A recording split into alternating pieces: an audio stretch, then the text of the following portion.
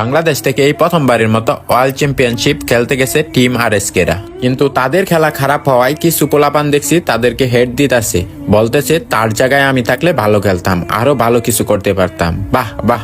তো তাদের উদ্দেশ্যে আমি একটা কথাই বলতে চাই, এটা কোনো সাধারণ টুর্নামেন্ট না, এটা ওয়ার্ল্ড চ্যাম্পিয়ন, এটা কোনো র্যাঙ্ক ম্যাচ না, বাংলাদেশের মতো সাধারণ কোনো টুর্নামেন্ট না। তোমরা কেন বুঝো না, সবাই তার বেস্টটা দিয়ে করে চেষ্টা, তারপরেও তোমরা তাদেরকে হেড দিতেছো, তোমাদের লজ্জা থাকা দরকার। তোমরা একজন বাংলাদেশি হয়ে কই তাদেরকে উৎসাহ করবা। ইনশাল্লাহ ভাই, সামনের ম্যাচগুলা ভালো হবে, আশা করা যায়। কিন্তু তা না করে তোমরা তাদের মনটাই ভেঙে দিলা।